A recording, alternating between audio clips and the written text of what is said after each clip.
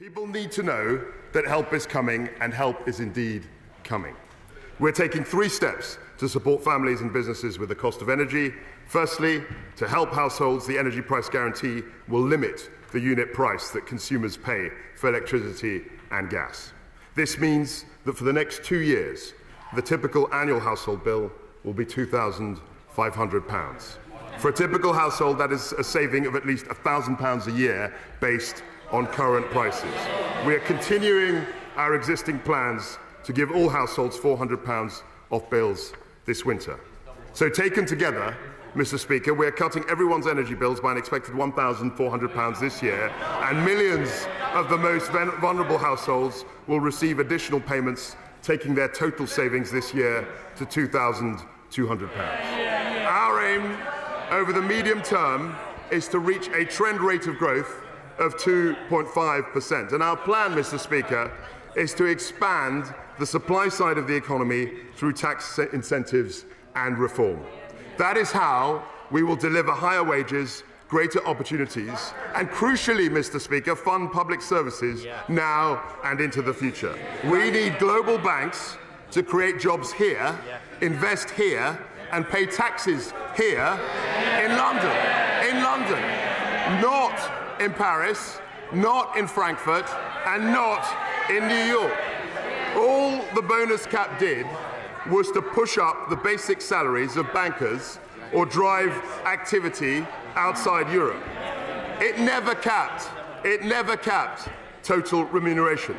So let's not sit here and pretend otherwise. It didn't cap total remuneration. So as a consequence of this, Mr. Speaker, we are going to get rid of it. I can confirm to the House that we're in early discussions with nearly 40 places like Tees Valley, the West Midlands, Norfolk and the west of England to establish investment zones. And we'll work with the developed administrations and local partners to make sure that Scotland, Wales and Northern Ireland will also benefit if they are willing to do so. The corporation tax rate will not rise to 25%. It will remain at 19%, and we will have the lowest rate of corporation tax in the G20. This will plough almost £19 billion a year back into the economy. That's £19 billion for businesses to reinvest, create jobs, raise wages, or pay the dividends that support our pensions. The increase in employer national insurance contributions and dividends tax will be cancelled. And the interim increase in the national insurance rate brought in for this tax year will also be cancelled. Today's statement is about growth. Home ownership is the most common route for people to own an asset, giving them a stake in the success of our economy and society. So to support growth, increase confidence and help families aspiring to own their own home, I can announce that we are cutting stamp duty. High tax rates damage Britain's competitiveness. They reduce the incentive to work, to invest and to start a business. And the higher the tax, the more ways people seek to avoid them, or work elsewhere, or simply work less, rather than putting their time and effort to more creative and productive ends. Take the additional rate of income tax.